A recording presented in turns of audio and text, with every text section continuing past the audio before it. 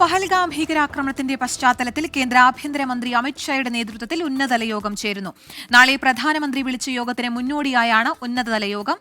വിനീത വിജിയുണ്ട് ഡൽഹിയിൽ നിന്ന് കൂടുതൽ വിശദാംശങ്ങളുമായി. വിനീത, ഇന്നത്തെ യോഗത്തിൽ ചർച്ചയാകുന്ന കാര്യങ്ങൾ എന്തൊക്കെയാണ്? ഒപ്പം ആരൊക്കെയാണ് ഇന്നത്തെ യോഗത്തിൽ പങ്കെടുക്കുന്നത്?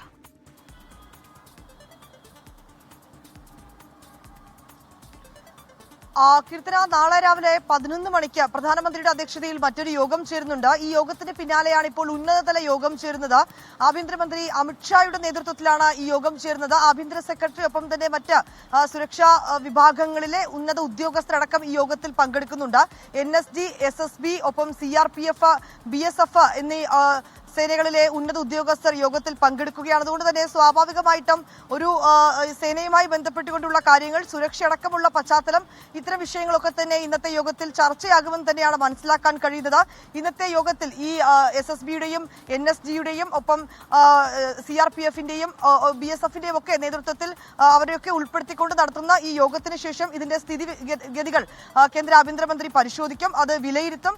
ഏതെങ്കിലും തരത്തിൽ കൂടുതൽ മേഖലകളിൽ സുരക്ഷ വർദ്ധിപ്പിക്കും ായിട്ടുണ്ട്. ഒപ്പം തന്നെ അതിർത്തിയിലടക്കം പ്രകോപനം തുടരുന്ന പാകിസ്ഥാൻ ഏത് രീതിയിൽ സൈനിക നീക്കത്തിലൂടെ പ്രതിരോധം തീർക്കാമെന്നടക്കമുള്ള കാര്യങ്ങൾ ഇന്നത്തെ യോഗത്തിൽ ചർച്ചയാകുമെന്ന് തന്നെയാണ് മനസ്സിലാക്കുന്നത്. അതിനുശേഷം ഇന്നത്തെ യോഗത്തിന്റെ വിലയിരുത്തലുകളും ഇന്നത്തെ യോഗത്തിന്റെ നിർദ്ദേശങ്ങളും അടക്കം നാളെ 11 മണിക്ക് പ്രധാനമന്ത്രിയുടെ അധ്യക്ഷതയിൽ ചേർന്ന യോഗത്തിൽ കേന്ദ്ര ആഭ്യന്തരമന്ത്രി അറിയിക്കുമെന്നാണ് മനസ്സിലാക്കാൻ കഴിയുന്നത്. അതിന് മുന്നോടിയായാണ് ഇപ്പോൾ ഈ ഉന്നതതല യോഗം ചേരുന്നത്.